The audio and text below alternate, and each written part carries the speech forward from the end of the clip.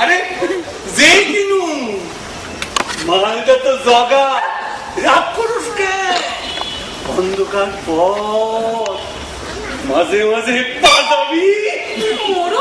তুমি বাজান না দূর পাজি হাতে কি আর আগের মতো জোর আছে রে কি রে আয় তুমি যাও আমি আসছি আমি তো লাগাইতেই চাই তুই তো বারবার পিছাইয়ে যাস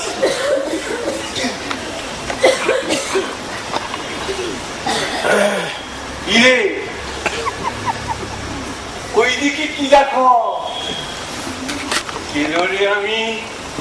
ঘুম পাড়াইয়া দিলাম না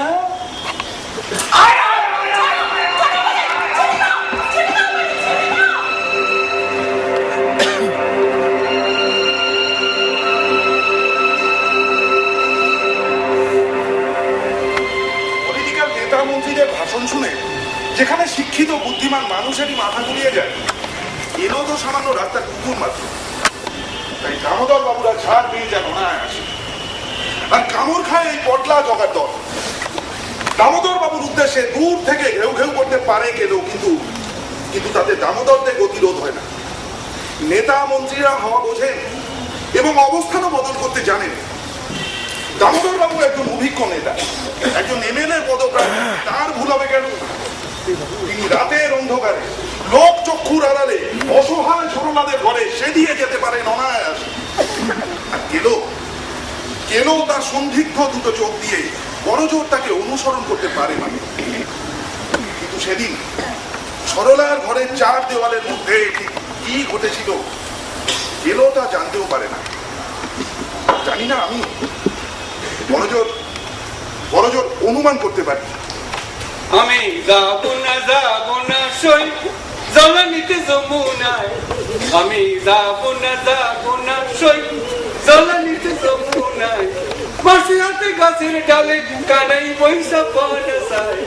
আরে কান্দোস কেন গান শোন আমি যাব না সই জলানিতে যমুনায় কি মানুষ কি হয়ে গেল গো আজকা গ্রামের মানুষ যারা এক নামে চিনত তার কি দশা হলো গো চোখে দেখা যায় না কোথায় কাটছে তাতে ওইটা কি আমি যাব না সই কামের কেনা সত্যি ঘর বাড়ি নিলেন পথের বিক্রি হয়ে গেল নইলে রিক্সা চালানো কি ওর কথা কি সুন্দর হাতের কাজ ছিল নিজে হাতে ঠাকুর করতো দুর্গা পৃথিবী লক্ষ্মী